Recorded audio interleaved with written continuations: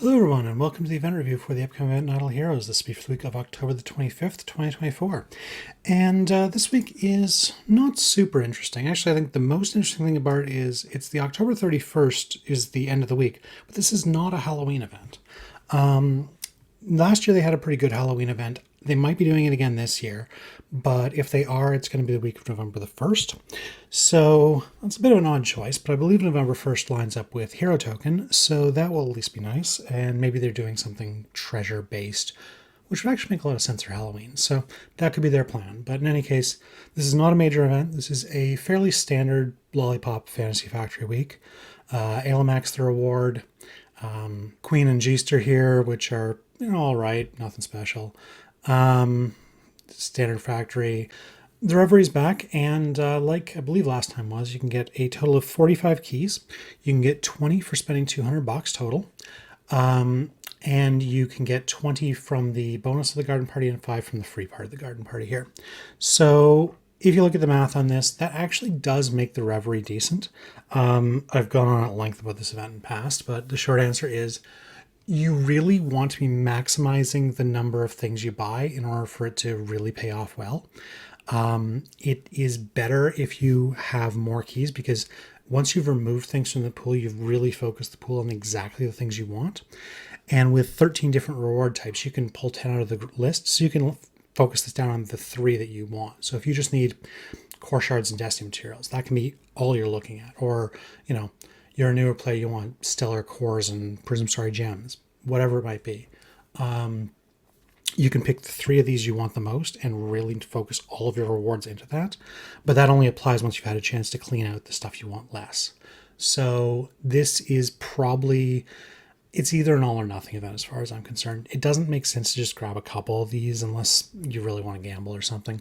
Like if you're buying a $10 thing, then sure, roll your key, but don't expect a lot out of it unless you are really pushing the event to the max. So max in this case being $200 spent, unlocking this bonus reward, and using 640 profit orbs.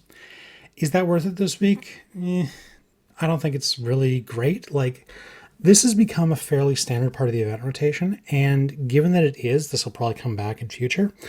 I'd probably wait until you can stack it with some other reward. Like, I think American Thanksgiving is going to be in 4 weeks, or maybe that'll be a profit orb event. Something like that.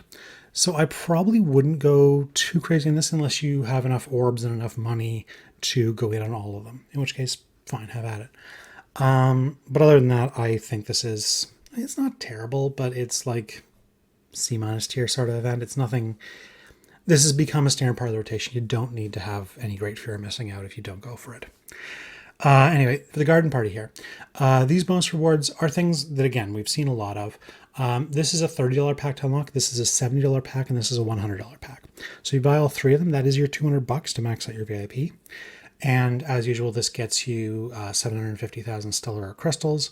This is the equivalent of 2 core sub chests, and this is the equivalent of 3 destiny material chests. It is 6 in some other events, but here the keys replace half of it, so you get the equivalent of 3. Whether that's better or worse, really depends what you're going for.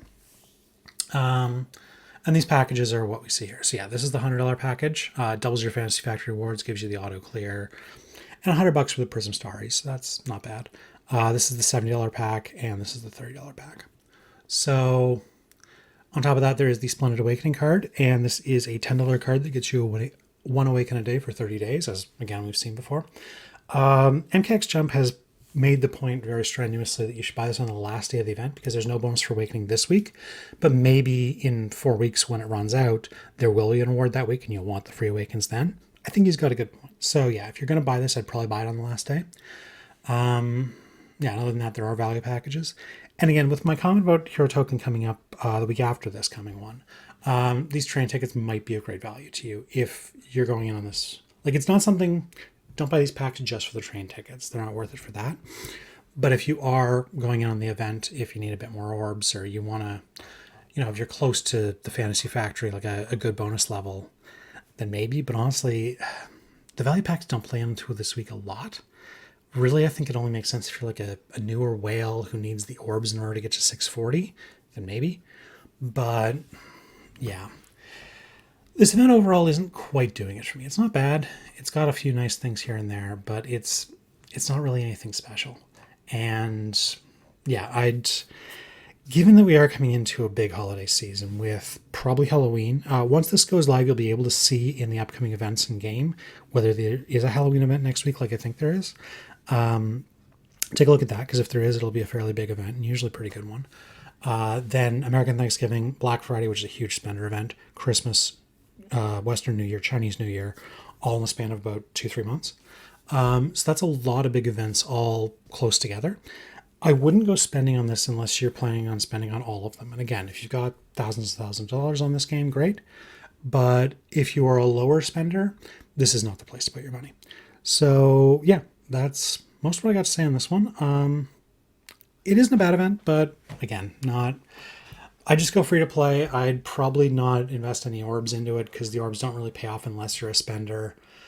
Yeah, there's a lot of like, this only makes sense if you spend. So, and I don't think the spending is really worth it in this one. So I'd probably avoid it. But yeah, like take the Fantasy Factory, use your lollipops, all that fun stuff. That's what I've got for this one though. Have a good week, and I'll talk to you again next time. Bye.